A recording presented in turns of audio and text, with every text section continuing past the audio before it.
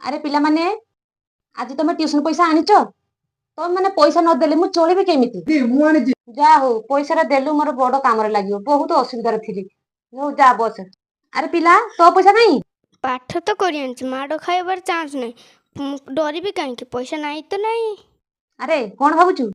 ପଇସା ଆଣିଛୁ ନା ନାହିଁ? ପଇସା ତ ଏବେ ନାହିଁ। ବାପା କହିଲେ ଚାଷ କାମରେ ଛାଡି ଦେଇଛନ୍ତି।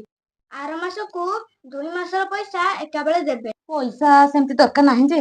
ହଉ ଆସିଲ, ଗୋଟେ ଗୋଟେ ଶବ୍ଦ ଲେଖିବୁ। ଆରେ ପୁଅ, ତୁ ଆସିଲୁ। ଗୋଟେ ଶବ୍ଦ ଟଗର। ଠିକ ଅଛି ଯେ, ଚଳିବ।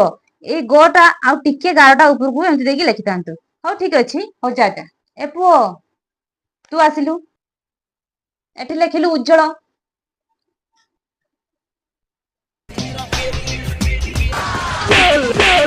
ଏଇ ଯୋଟା ଉପରେ ରହିବ, ଏଇ ଯୋଟା ତଳେ ରହିବ। ଦିଦି କାଲି ପଇସା ଆଣି ଦେଇଦେବି। ନାଇଁ ମ, ମୋର ସେମିତି ପଇସା ଦରକାର ନାହିଁ। ହଉ କାଲି ପଇସା ଆଣିଦେବୁ।